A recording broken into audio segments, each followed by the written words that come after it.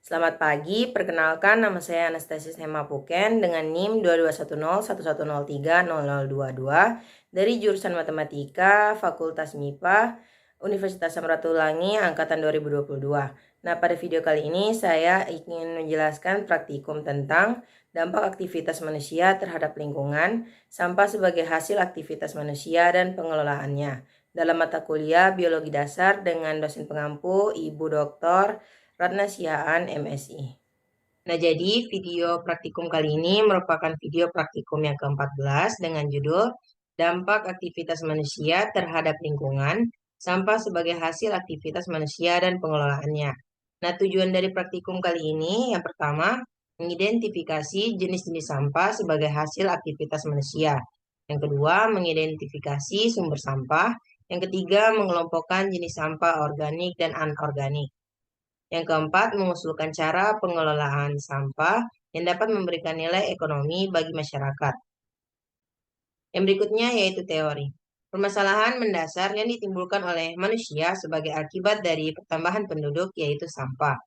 Perubahan pola konsumsi masyarakat juga telah meningkatkan jumlah sampah yang beragam seperti sampah kemasan yang berbahaya dan atau sulit diuraikan secara alami di alam. Menurut Undang-Undang RI Nomor 18/2008 tentang pengelolaan sampah. Sampah adalah sisa-sisa kegiatan sehari-hari manusia dan atau proses alam yang berbentuk padat. Sampah juga dapat disebutkan sebagai sesuatu yang tidak dipakai, tidak disenangi, atau yang harus dibuang dari hasil aktivitas manusia. Sumber sampah yaitu rumah tangga, kawasan komersial, kawasan industri, kawasan khusus, fasilitas sosial, fasilitas umum, dan atau fasilitas lainnya. Kawasan komersial, misalnya pusat perdagangan, pasar, pertokoan, hotel, perkantoran, restoran, dan tempat hiburan. Kawasan industri merupakan kawasan tempat pemusatan kegiatan industri. Kawasan khusus merupakan wilayah yang bersifat khusus yang digunakan untuk kepentingan nasional atau berskala nasional. Misalnya, kawasan cagar budaya, taman nasional, pengembangan industri strategis, dan pengembangan teknologi tinggi. Fasilitas sosial antara lain rumah ibadah, panti asuhan, dan panti sosial. Fasilitas umum seperti terminal angkutan umum, stasiun kereta api, pelabuhan laut, pelabuhan udara, tempat pemberhentian kendaraan umum, taman, jalan, dan trotoar. Fasilitas lain antara lain rumah tahanan, lembaga permasyarakatan, rumah sakit, klinik, pusat kesehatan masyarakat, kawasan pendidikan, kawasan pariwisata, kawasan berikat, dan pusat kegiatan olahraga. Volume sampah akan berbanding lurus dengan aktivitas manusia. Sampah yang tidak dikelola dengan baik akan menyebabkan pencemaran lingkungan fisik, yaitu pencemaran tanah, air, dan udara. Sampah juga berdampak negatif terhadap lingkungan sosial dan ekonomi masyarakat. Pencemaran air oleh adanya lindi yang keluar dari tumpukan sampah dan mengalir menuju badan perairan ataupun meresap ke dalam tanah. Pencemaran udara karena adanya bermacam-macam gas, misalnya gas metana atau CH4 yang berasal dari sampah. Selain itu, sampah merupakan habitat bagi berkembangnya bakteri patogen tertentu seperti Salmonella typhosa, Escherichia coli, Vibrio cholerae, dan Shigella dysenteriae yang dapat menimbulkan berbagai penyakit pada manusia. Berdasarkan komposisi kimianya, sampah dibagi menjadi sampah organik dan anorganik. Sampah organik adalah sampah yang dapat diuraikan dan habis dalam tatanan lingkungan oleh organisme pengurai atau dekomposer. Misalnya bangkai hewan dan sisa sayuran. Sebaliknya, sampah anorganik adalah sampah yang tidak dapat diuraikan dan habis dalam tatanan lingkungan. Contoh sampah anorganik yaitu kaleng dan plastik. Upaya pengelolaan sampah dapat berupa 3R, yaitu reuse, recycle, dan reduce. Penelitian mengenai sampah padat di Indonesia menunjukkan bahwa 80% merupakan sampah organik dan diperkirakan 78% dari sampah tersebut dapat digunakan kembali atau reuse. Sampah organik dapat dijadikan kompos. Upaya recycle atau daur ulang yaitu sampah dipakai kembali. Upaya reduce atau pengurangan yaitu upaya pengurangan atau penghematan penggunaan sumber daya sehingga sampah yang dihasilkan akan menurun. Untuk alat dan bahannya, yang pertama alat tulis menulis, yang keduanya yaitu lapangan. Untuk cara kerjanya, yang pertama, tentukan lokasi pengamatan Anda, misalnya sungai, pantai, lapangan, jalan, atau lahan pekarangan. Yang kedua, amati dan catat nama sampah hasil aktivitas manusia yang terdapat pada lokasi tersebut. Yang ketiga, sebutkan sumber sampah yang terdapat pada lokasi tersebut. Yang keempat, tentukan mana yang termasuk sampah organik dan anorganik.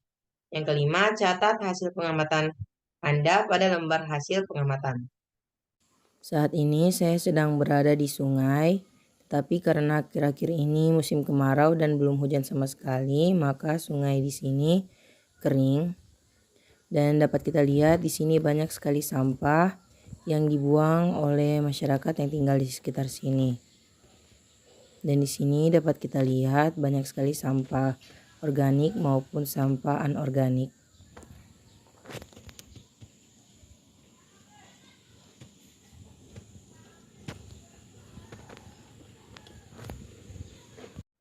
Baik, yang berikutnya ini merupakan hasil yang A lokasinya yang saya amati yaitu di sungai, dan yang B tabel pengamatan. Untuk nomor 1, nama sampahnya yaitu berupa kulit buah-buahan, sumber sampah, sampah rumah tangga, jenis sampah, sampah organik. Yang kedua, plastik pembungkus makanan, sampah rumah tangga, yang merupakan jenis sampah anorganik. Yang ketiga, kaleng, merupakan sampah rumah tangga dan jenisnya sampah anorganik. Yang keempat, kertas merupakan sampah rumah tangga, jenis sampahnya sampah organik. Kardus, karton, wadah telur, dan sisa makanan sama-sama merupakan sampah rumah tangga dan juga sama jenisnya yaitu sampah organik. Untuk pembahasan yang A, uraikanlah dampak sampah yang Anda amati terhadap lingkungan dan jelaskan upaya untuk menanggulangi dampak pencemaran sampah terhadap lingkungan. Dapat kita lihat pada tabel. Untuk sampah kulit buah-buahan, plastik, pembungkus makanan, kaleng, ini merupakan dampak 3 sampah tersebut pada air. Dan ini merupakan upaya pengelolaannya. Berikut juga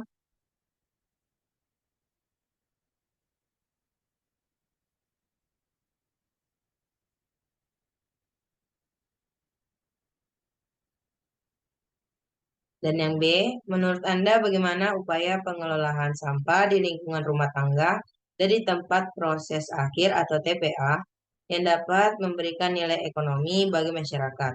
Yang pertama, rumah tangga. Jawaban saya yaitu pisahkan sampah sesuai dengan jenisnya. Kemudian lakukan 3R yang berupa reduce, reuse, dan recycle. Yang berikutnya, kelola sampah organik menjadi pupuk kompos dan bersihkan tempat sampah secara rutin. Untuk ITPA, sebagian besar TPA di Indonesia menggunakan metode open dumping dan landfill. Namun ada juga metode lain yaitu pembuatan kompos, pembakaran, pemilahan, dan daur ulang meskipun tidak banyak digunakan. Dan yang terakhir yaitu kesimpulan. Kesimpulan dari praktikum yang saya lakukan kali ini dapat disimpulkan beberapa hal yaitu saya dapat mengetahui jenis sampah serta pengertiannya yang dimana sampah dibedakan menjadi 2 jenis berdasarkan komposisi kimianya yaitu sampah organik dan anorganik. Sampah organik adalah sampah yang dapat diuraikan dan habis dalam tatanan lingkungan oleh organisme pengurai atau dekomposer. Misalnya bangkai hewan dan sisa sayuran.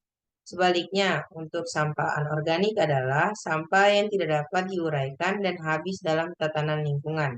Contoh sampah anorganik yaitu kaleng dan plastik. Serta saya juga dapat mengetahui apa saja dampak yang dapat ditimbulkan oleh sampah. Dan juga saya dapat mengetahui bagaimana cara mengelola sampah-sampah tersebut agar tidak mencemari lingkungan dan dapat bermanfaat untuk masyarakat.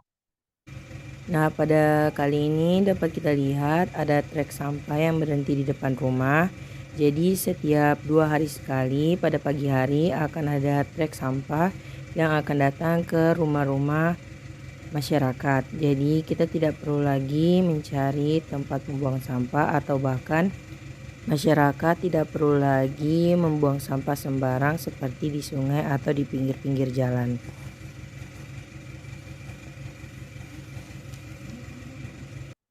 Sekian dan terima kasih. Maaf jika saya ada salah kata. Terima kasih.